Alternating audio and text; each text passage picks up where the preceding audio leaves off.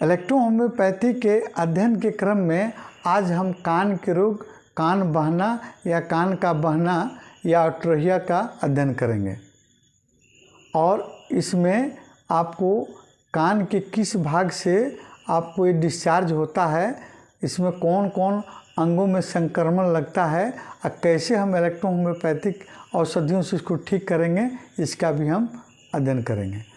सबसे पहले हम देखते हैं कान से निकलने वाला ऐसा तरल पदार्थ जो हमारे कानों को क्षति पहुंचाता है। ये कई रंगों में हो सकता है, पीला हरा भी हो सकता है, ब्लड लिए भी हो सकता है, और आपको बार बार या लगातार स्राव होना या रुक रुक कर स्राव होना है ना, और कान बहना या ईयर डिस्चार्ज के नाम से जाना जाता है ना। इसको मेडिकल भाषा में आपको अट्रोहिया के नाम से हम जानते हैं। कान बहते हैं तो उसके क्या क्या लक्षण आ सकते हैं? तो कान का भारी होना, लाल होना, कानों में दर्द होना, सफ़ेद पानी जैसा स्राव होना, गाढ़ा पीला पस आना, चिपचिपा होना, कान बंद बंद से लगते हैं या कान लगता है भारी हो गया, बंद हो गया है ना, सुनने में आपको कमी महसूस होता है और चक्कर आना, कभी कभी बुखार आना, कानों में आवाज़ होना इत्यादि लक्षण आपको देखने के मिलते हैं। इसमें सभी लक्षण एक जैसे मरीज में नहीं आते हैं, किसी में अलग अलग लक्षण देखने को मिलते हैं, है ना। तो कान की बनावट के अनुसार कान का बहना दो कारणों से हो सकता है ना। कैसे, पहले देखते हैं हम। पहला नंबर जो है, ये कान का बाहरी भाग है हमारा, है ना, पिन्ना। तो सबसे पहले एक नेचुरल डिस्चार्ज होता है, प्राकृतिक रूप से उसको कान का बहना हम नहीं मानेंगे, लेकिन भ्रमवश बहुत लोग इसको कान का बहना भी मान लेते हैं।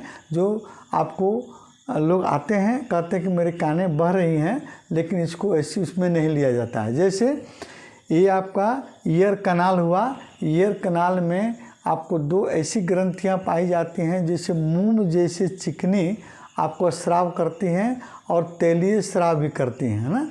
इसको आपको इसमें जम जाते हैं और बाहरी कीटाणु और आपको वायरस जब इसमें प्रवेश करते हैं तो वहीं पर उसको उसमें टच करके उसमें आपको अंदर जाने से रोकते हैं। तो कभी कभी इन मोम और तैलीय पदार्थों का स्राव जब आवश्यकता से अधिक हो जाता है तो स्वतः तरल पदार्थ के रूप में कानों से बाहर आने लगते हैं, है ना। तो उसको कान का डिस्चार्ज या कान का बहना नहीं मानते हम लोग, वो स्वतः ठीक हो जाता है। दूसरे नंबर में हम देखते हैं कि कानों की जब हम खुजली करते हैं, कान खुजलाते हैं, तो उस समय अगर बाल अगर टूट जाता है, टूटने के बाद में और उसमें फोड़े बन जाते हैं, है ना, बलतोड़ बन जाते हैं, तो भी पक कर बहते हैं, तो भी आपको ईयर डिस्चार्ज के रूप में देखने को मिलता है ना। या चोट लगने पर या ईयर कनाल में आप हम सफाई कर रहे हैं, जैसे कोई संक्रमण हो जाता है या उसको साफ़ करने के क्रम में ईयरबड का हम यूज़ करते हैं, तो वहाँ कोई उसमें खरोंच लग जाना या चोट लग जाना, उसमें बैक्टीरियल इन्फेक्शन हो जाना, उसके चलते भी डिस्चार्ज हो सकता है ना। और इसके अलावा आपको कान में आपको संक्रमण हो जाना, ये आपको ईयर कनाल में संक्रमण हो जाने के चलते भी आपको कान पड़ते। कभी कभी आपको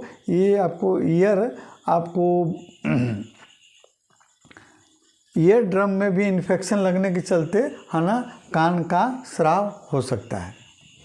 दूसरा भाग है इसका मिडिल, है ना। मिडिल भाग जो है, मध्य कर्ण जो है, इसमें जो आपको इन्फेक्शन लगता है तो ये आपको इस तरह के कान जो बहते हैं वो आपको ज़्यादा खतरनाक होते हैं।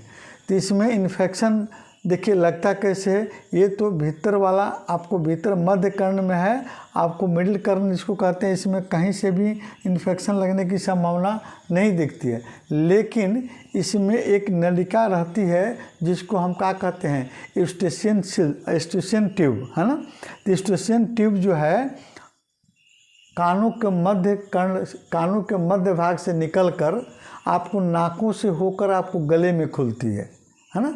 तो कभी कभी किसी व्यक्ति को सर्दी खांसी काफ़ी समय से रह रहा है ना, गले में खराश रह रही है, तो उसके चलते जो बैक्टीरियल इन्फेक्शन होगा वो बैक्टीरिया आपको जाकर कान के मध्य वाले हिस्से में आपको संक्रमण फैलाता है ना, और यहाँ संक्रमण फैलाकर यहाँ से पस बनने लगते हैं। तो कभी कभी इन्फेक्शन के दौरान, संक्रमण के दौरान आपको ये यूस्ट्रिशियन ट्यूब भी कभी बंद हो जाते हैं, है ना, और जब इसमें आपको संक्रमण फैल जाएगा तो इसमें पस बनने लगेंगे, तो उसको पस को निकलने का कोई रास्ता नहीं रहता है। अगर ज़्यादा मात्रा में पस बन गया तो ये कान के पर्दे पर उसका दबाव पड़ेगा और पर्दा फट जाता है, क्रैक कर जाता है, और उससे से आपको डिस्चार्ज आपको होने लगता है ईयर कैनाल के माध्यम से। ये आपको यूस्ट्रिशियन ट्यूब के माध्यम से आपका इन्फेक्शन फैलता है मध्य कर्ण में, और मध्य कर्ण में बैक्टीरियल आपको इन्फेक्शन फैलने के चलते यहाँ के जो म्यूकस रहते हैं उसमें आपको मतलब सड़न गलन पैदा होने लगती हैं, है ना, और उसमें जो पस जो बनता है, पस अगर ज़्यादा मात्रा में बन जाता है ना, और निकलने का उसका कोई रास्ता नहीं मिलता है, तो फिर वो पर्दा पर प्रेशर डालता है और पर्दा क्रैक हो जाता है, फट जाता है, और यहाँ से डिस्चार्ज आपको ईयर कैनाल के माध्यम से होने लगता है ना। दूसरे नंबर में कभी कभी जो है पर्दा फटने का एक और कारण हो सकता है ना, जैसे पटाखे की आवाज़ हो रही है ना, तो पटाखे की आवाज़ से जो वाइब्रेशन पैदा होता है और आपको ड्रम पर जो प्रेशर पड़ेगा उस प्रेशर को बैलेंस करने के लिए आपको ये यूस्ट्रिशियन ट्यूब जो बना होता है उस प्रेशर को बैलेंस यही करता है ना। अगर ये जो इन्फेक्टेड है और बैलेंस नहीं कर पाया उस प्रेशर को, तो फिर वहाँ चदरे फट जाएंगे। तो फट जाएंगे तो उसके बाद से बाहरी संक्रमण के चलते भी आपको चदरा के माध्यम से आपको बाहरी, जब चदरा फटा रहेगा तो बाहरी संक्रमण होंगे, और फिर वो आपको आंतरिक कान को मिडिल ईयर को फिर इन्फेक्टेड कर देंगे, संक्रमित कर देंगे, और फिर उसके बाद में आपको वहाँ से डिस्चार्ज शुरू हो जाएगा, है ना। अब देखते हैं कैसे हम इस डिस्चार्ज को हम बंद करेंगे, कैसे हम कौन सा इलेक्ट्रोपैथिक मेडिसिन का यूज़ करेंगे। तो इसमें सबसे पहले आपको S1 प्लस C1 या S1 C1 को आप 5th डाइल्यूशन में पिलाएं, या आपको S5 प्लस C5 को आप 5th डाइल्यूशन में पिलाएं। दोनों में से कोई आप मिक्सचर ले सकते हैं पिलाने के लिए, है ना। और कानों के अंदर में आपको वॉश करने के लिए G, है ना, आप प्लस C5, है ना, C5 का और G का आपका सॉल्यूशन बनाइए, है ना, लोशन बनाइए, और उससे कानों को पोंछिए, साफ़ कीजिए, है ना। और इंजेक्शन नंबर आपको 21 या 34, 35 और 36 नंबर इंजेक्शन, तीनों इंजेक्शन में से कोई भी आप लगाकर आपको ईयर डिस्चार्ज को आप बंद कर सकते हैं, इसके इन्फेक्शन को दूर कर सकते हैं, इनको पस को सुखा सकते हैं, है ना। कभी कभी जो है आपको ईयर ड्रॉप भी आप बना कर डाल सकते हैं। तो ईयर ड्रॉप में आपको S5 plus C5 plus A2 और प्लस WE, इसका ईयर ड्रॉप बनाकर आप डाल सकते हैं कानों में, आपके कानों के पस सूखेंगे। अगर इन केस मरीज को मिक्सचर के क्रम में मरीज को अगर बुखार आ जाता है तो इस आपको पहले वाले मिक्सचर में आप F1 प्लस A2 को आप 10th डाइल्यूशन में आप पिला सकते हैं, है ना।